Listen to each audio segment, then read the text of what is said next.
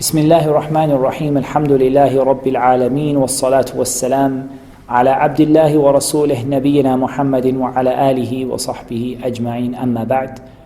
In this short Ramadan reminder, we are continuing our explanation of a hadith from Abu Hurairah radiallahu anhu, narrated by Al-Bukhari and Muslim.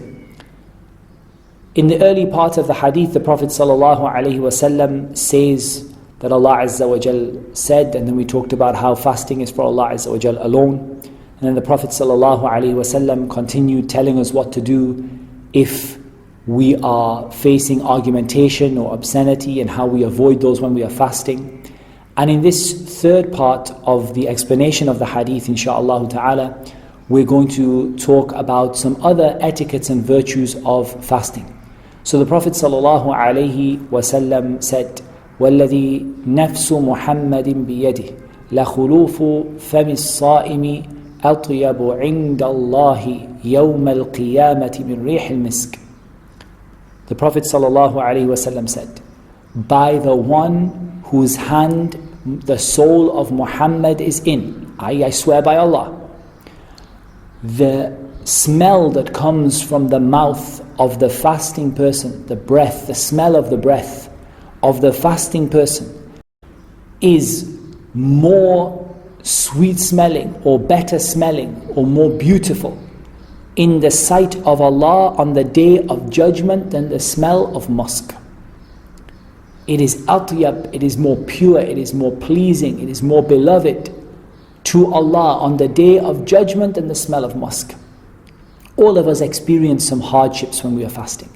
Some dryness of the mouth, some bad breath, some, hunger pangs, and sometimes we find ourselves in a little bit hard situation, a little bit dry mouth, our stomach is rumbling, we are not having a nice taste in our mouth. But we need to remember the virtue of this beautiful deed that we are doing for the sake of Allah Azza wa Jal.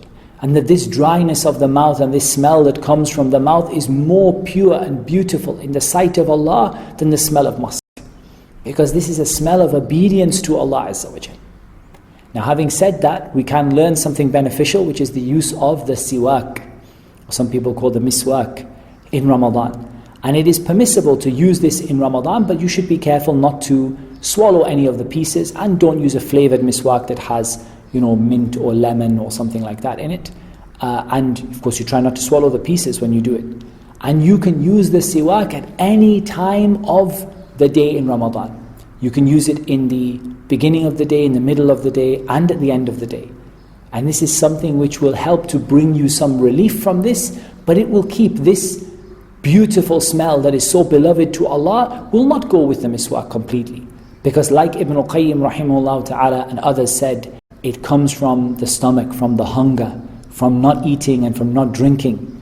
And so the siwak will not remove it completely, but it will make you feel a little better about yourself, and still you have that huge reward in the sight of Allah Azza wa Jal because of this hardship that you put yourself through for His sake and for His sake alone. And in the next reminder, inshaAllah ta'ala, we will conclude this hadith, and Allah Azza wa Jal knows best. Wassalatu wassalam ala nabiyyina Muhammad wa ala alihi wa sahbihi ajma'in.